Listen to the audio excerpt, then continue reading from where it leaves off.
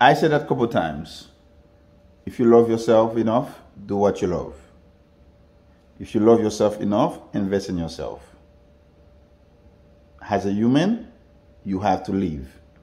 But the best way to live is to enjoy your life by doing what you love, what you're passionate about, things that make you smile, laugh. Let's watch this video together. You decide.